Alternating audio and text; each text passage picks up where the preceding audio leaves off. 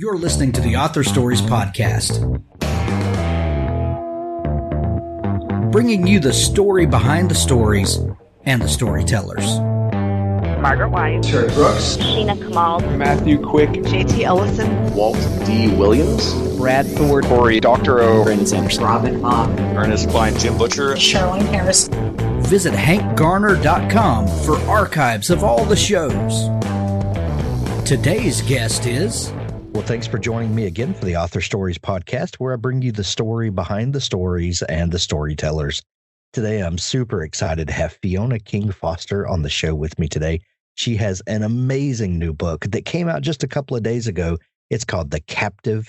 And I'll tell you what, as happens a lot of times when we're talking on the show, a book comes out that we know has been in the works for quite a while, and it seems timely. And The Captive is one of those books. And I know you're going to love it, and you definitely need to have this on your to-be-read list for sure. Welcome to the show, Fiona. Thank you, Hank. Thanks for having me. I'm excited to have you on the show. Fiona, we begin each show with the same question, and that question is, what is your first memory of wanting to be a writer or storyteller? Oh, wow. My first memory of my own, my parents tell me stories from earlier on too, but the first thing I remember is being a little kid and inspired to write a unicorn story. I think I had probably just seen a unicorn movie, and all I had was loose leaf paper and a pencil, but I was determined that it really be a book. So I wrote out my story, and I did my illustrations, and I taped them together, and I bound it up. And, I kept it for years and years and years. I was proud of it, and I held on to that and haven't looked back. Do you were you a bookish kid? Did you read a lot at that point? I did. I read a lot of fantasy as a child and sci-fi, and only later got into kind of realist fiction, but always fiction. I've read fiction voraciously my whole life. What was it about fantasy, do you think, that intrigued you so much? There lots of authors that I talk to, and it really doesn't matter what genre they write in now. A lot of folks began with these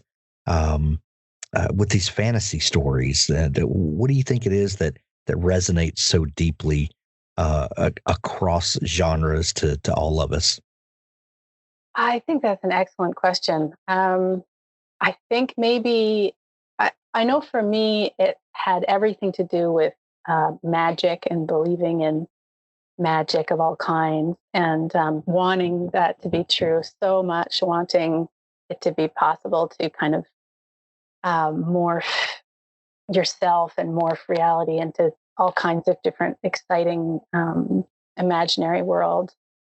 And that, as you said, has a lot to do with being a writer, whatever genre you end up creating in yourself, that desire to be able to enter imaginary worlds. I mean, that's what fantasy is all about. So it makes sense to me that a lot of writers would have that in their root. And I still do love fantasy. Did your new book, The Captive, is an interesting story genre-wise.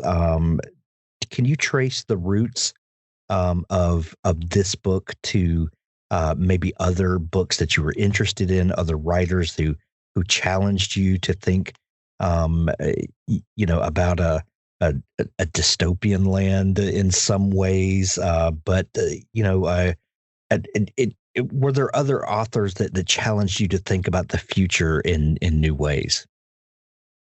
Yeah, another excellent question. For sure, it's the question of whether this is the future or the present or the past was an interesting one, writing The Captive, because I did end up kind of landing on a near future concept. But when I started writing it, it wasn't set in the future at all. It was firmly in the here and now. And it still feels that way to me. It still feels really, really close to reality, like just a few degrees off. But because I did want to set up this kind of political backdrop, it was expedient to set it further on in the future when I could have had all that stuff already happen. But in terms of dystopia, it's dystopia is something I've thought about a lot for years, and I have read a lot of dystopian fiction and a lot of, going way back in kind of literature, utopian fiction too, which is something that really doesn't exist anymore. We've switched to a darker lens, but dystopian fiction is something that interests me and that also troubles me. Sometimes I worry that dystopian narratives, whether it's in literature or in film, where they're even more popular, can be a bit too easy. It can involve a certain amount of kind of skipping over the more subtle questions of how we get along in this world and going straight to, worst case scenario. Right. So I tried not to do that. I tried to tangle with some of the nitty gritty business of how we get into different kind of futures a little bit more. But thinking of other writers who maybe represent two ends on that spectrum to me, in terms of dystopian future journeys, which this book kind of falls under. Maybe on one hand, you could have Cormac McCarthy's The Road, where it really is, worst case scenario, let's go straight to, people eating each other in the bush. Right. And on the other end of the spectrum, something like Emily St. John Mandel, Station 11, where you could say that the worst has happened, but that's not what the book is about. The book is really about how people carry on and about how life continues and how you continue to find meaning in life, whatever it looks like. So I'm maybe somewhere in between. I think of myself as somewhere in between there, where there's not a ton of hope in the vision of the world that you find in this book. But I did want to show these characters still very much living a real life, as much as it's in many ways defined by scarcity and lack. It's still a real existence. It's not end times, and it's not the apocalypse. It's another way to live. Yeah. Does that answer your question? Yeah. You brought up a really interesting point about the difference between dystopian fiction and utopian fiction. And you're absolutely right. There was a time where utopian fiction, especially in science fiction, and maybe that's just the forward-looking nature of science fiction. But our lens has changed. And do you have any thoughts about what happened? The switch from a utopian vision for the future, and most fiction now, when we think about the future, it definitely has a darker bent. Yeah. That's probably a question I could spend a decade thinking about. It's a huge one. My guess, my instinct is that it has to do with fear and the usefulness of a fear-based culture in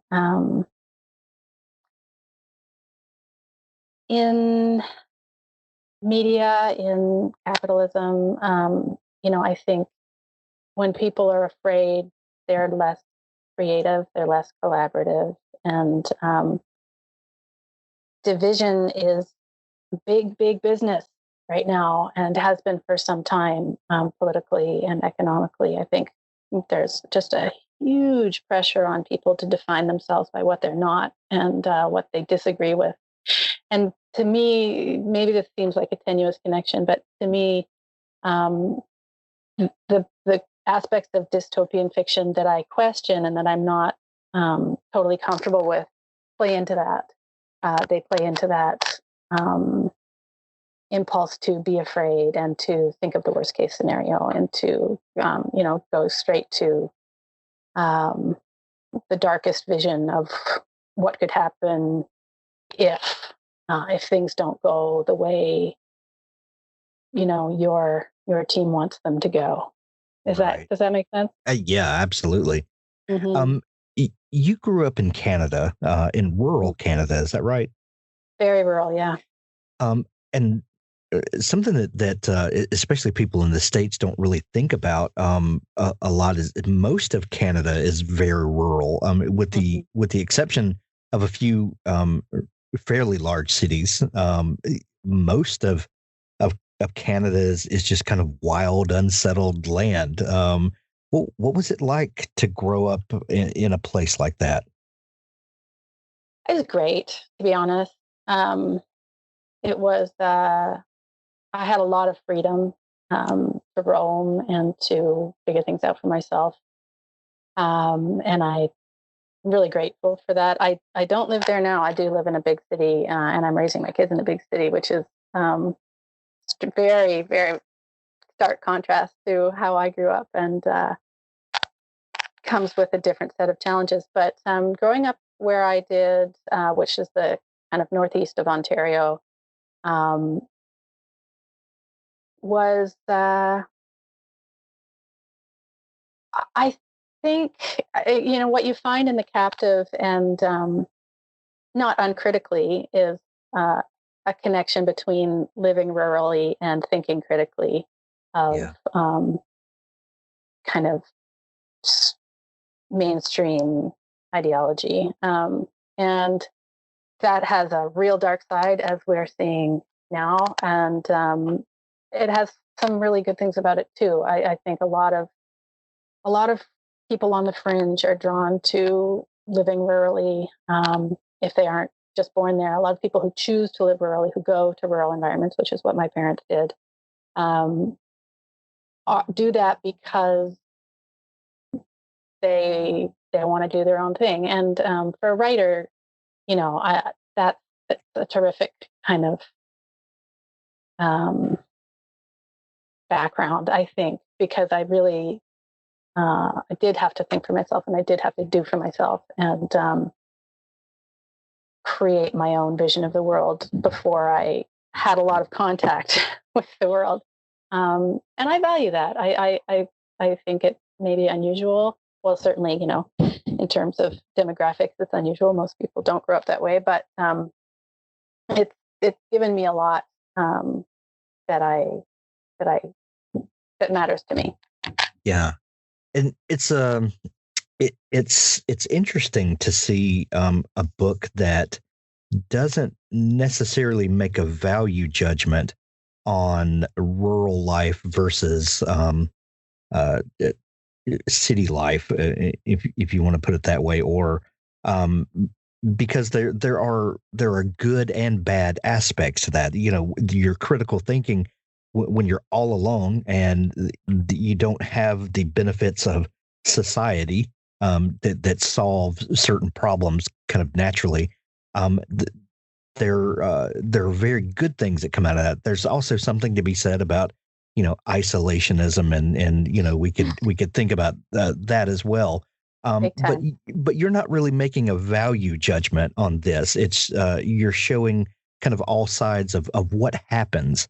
Was that a conscious effort on your part? Obviously you grew up in a very rural place, and you have fond memories of that. But was this something that you were thinking about in writing this? Very much. And if anything, in retrospect, I wish that I had maybe even explored that more. But yeah, I hope I'm not making a value judgment. I'm really not trying to, in terms of the way that people choose to live. I feel like I have a foot in both worlds, because I grew up there, and I know how it looks from there, good and bad. And we should, probably talk about the bad too. But sure. And I live here now, and so I kind of have this dual perspective.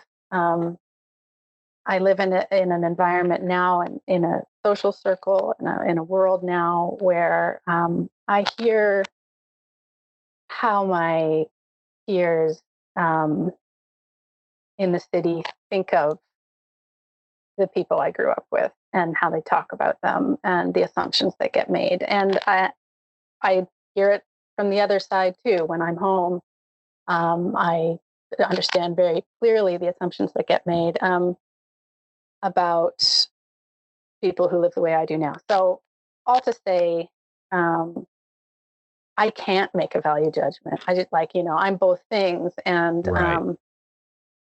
what I wish is that we could let go of some of those assumptions Sure. about what people's values are based on where they live, and it would. I just think that we'd be in a whole world less of trouble right now if we could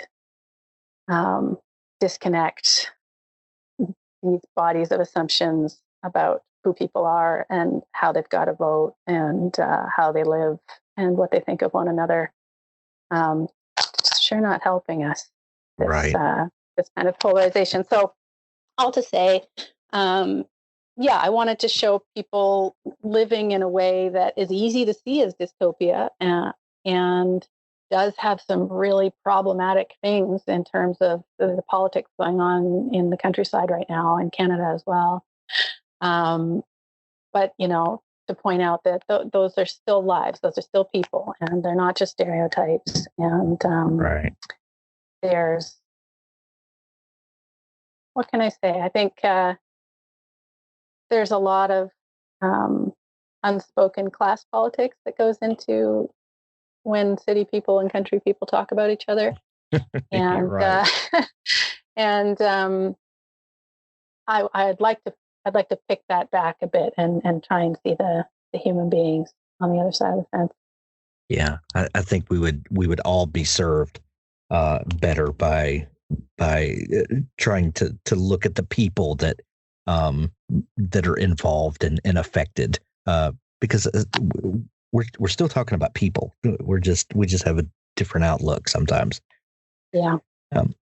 So Fiona, as a person who knew from a very young age that you wanted to be a writer, but this funny thing happens along the way. We start building our lives and raising a family, working a job to pay bills that come along with all of that stuff.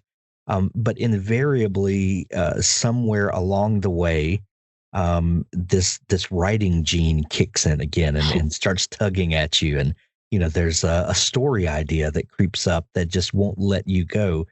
How did that happen for you?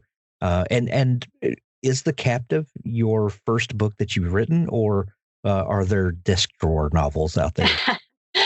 Oh, there are desk drawer novels. Yeah. as with most people. Deep in the bottom of the drawer. I've always written. I never really stopped, although I did definitely at points give up hope or expectation of ever putting a book out there. And then this one just, honestly, it was like a bolt out of the blue. It just kind of took me by storm. It was not a good time to write a book. I was really busy. We had a baby and a toddler, and I was working, and the world was in flames. But I just had this idea, and it was completely different, I should say, than anything I had tried to write before. It was much more plot driven and propulsive and actiony than anything I tried to write before. And I was just totally taken over by it. The first scene I wrote was, not giving too much away, but a fight scene that occurs very early on in chapter 1.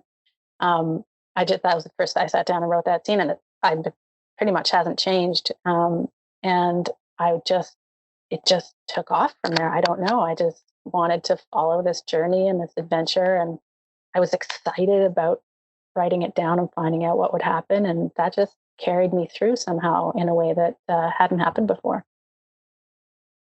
So I'm fascinated by the beginnings of things and how a book comes to be. Because you're holding this finished novel in your hand, and it's 400-ish pages roughly, and it's full of characters who live lives and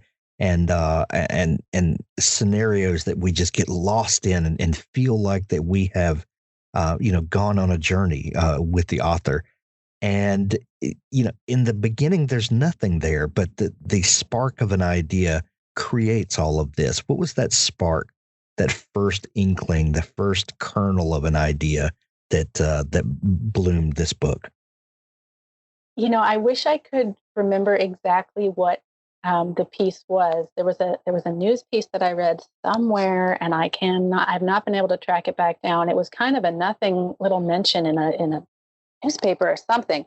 Anyways, about a citizen's arrest, about a situation in which a regular person living their regular life had to take another person captive, and I was instantly just consumed with how interesting that was to me as a setup, as a social circumstance to find yourself in. Not just on one hand, the logistics of like how do you physically, if you're not trained to do this and you're not equipped to do this, how physically do you contain another person? If in the case of needing to do that, and then also interpersonally, it's like, how weird would that be? It's so completely different to how we're used to moving through the world. So I started thinking of it from the character's point of view, from that news piece that grabbed my attention was really about how my character would deal with that situation. And then, it didn't take long for my brain to start connecting that circumstance with, well, what does citizens arrest, or, people taking one another captive or trying to do justice on their own, what does that make me think of? Well, it makes me think of this whole world of kind of outsider justice and political rebellion, basically. So that kind of that inciting incident really led me to the background world that the book would take place in, as kind of an echo of that. Does that make sense? Absolutely. The did the characters start coming to you, or did the world building scenario come to you? Kind of the state of the world. Was it? Did you get the state of the world and then characters populated that, or did you have a character and then and then the world came up around her? To some extent, they came together. I would, if I picture it as like kind of, I started with this pinhole view of Brooke in this situation, in this moment, and it just slowly widened out from there. Like, okay, there's her farm, there's her family, there's the countryside, there's the world they're in. It grew very organically along with her. I mean, she's a pretty opaque character too. I did have a strong sense of her and what she would do, but she's not, for all that the situation she's in is kind of fraught and complicated. She's herself not a very complicated person. So she was almost like a feature of the landscape to me, and so they kind of came together. So, describe for people what's going on in the world. When the book opens, kind of what's the state of the world? So the premise of the world is that 30 years before the beginning of this story, there's been a revolt, and some part of this unnamed nation, the rural part, has politically seceded to form an independent state. In fairly short order, that independent state went bankrupt and fell apart. So we find ourselves in this basically ungoverned territory, which is easy to track against kind of old-timey Westerns if you want to picture kind of the way the politics work. But in this case, it's post. Everything's very local at that point, isn't it? Yeah, it becomes very local. And this book has been described as a rural noir, which I really love because noir historically is about, corruption and moral ambiguity and those kinds of real shades of gray, shades of noir. But rural noir has got to be about hyper local concerns. So those two things kind of come together. So Brooke, our hero, is kind of a child of that revolution, but really she's not an adherent to any kind of particular political ideology herself, other than what she grew up believing, and she's really just trying to get by with her partner and their kids, and that's what most people in her world are trying to do. And we never see this city that's referred to as the kind of the world and the government that they have left behind, but it's always there. It's, mentioned as kind of the polar opposite to this life, and just one that she's not particularly interested in. It's not an opposition so much for her. She's not herself a revolutionary. She's just this is her world. This is where she lives, and it's where her loyalties lie. So we've mentioned her a bit, but tell me about the character of Brooke Holland. What was it about her that fascinated you, and that made you want to find out more about her as you wrote her story? Well, she's just she's tough as nails. This woman, she's unreal, and that's that's what kept astonishing me. Is just how hard she is, and how rough and kind of like capable to an extreme she is, and that appealed to me at the time that I started writing the book. I was very drawn to this idea of someone who just like was unbeatable, like bulletproof. And then, of course, as I carried on through various drafts of the novel and got to know her a bit better, I started to question where that toughness would come from and what you would have to go through to have a skin that thick and to make those brutal choices that she does make. And she got a bit more complicated than just a superwoman. Yeah. So life is hard enough for Brooke and her family, her husband, her two daughters. Things are bad enough from the world that you created for them, and then you have to drop Stephen Cawley on them. Tell me a little bit about him and how he comes into the story, and what were you thinking when he came in? He's probably the character who changed the most in the revising this book. In the first draft, he was a straight up, unambiguous villain, just a pure force of menace and terror. And he ended up and I don't think this is a spoiler in any way, but it's pretty obvious, I think, from early on in the book. But he ended up being almost like a counterpart to Brooke. Like they're not that different. They come from a similar place, and they've been through similar things, and they just took different paths.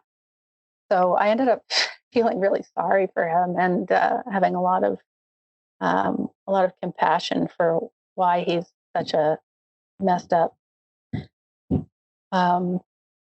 guy, but he is as well. He's horrible, and he does horrible things in this book, and couldn't really redeem him, but did end up having a certain amount of sympathy for him.